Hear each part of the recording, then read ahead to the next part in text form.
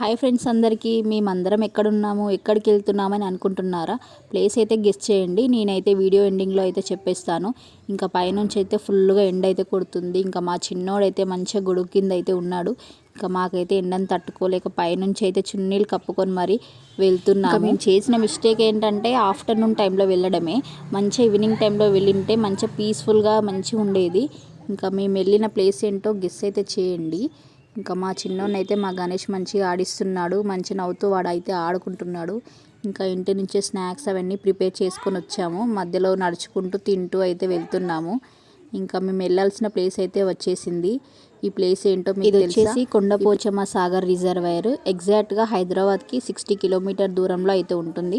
మేము ఉండేది అల్వాల్లో కాబట్టి మాకు ఒక హాఫ్ అన్ అవర్ అయితే పట్టింది వెళ్ళడానికి. ఇంకా ప్లేస్ అంతా చుట్టూత వాటర్, బ్రిడ్జ్, ఆకాశం అన్నీ చూడడానికి అయితే చాలా బాగుంది. ఇంకా ఫొటోస్ అయితే నీట్గా క్లియర్గా వస్తున్నాయి. ఫొటోస్ కూడా చాలా బాగుంది ప్లేస్ అంతా కూడా.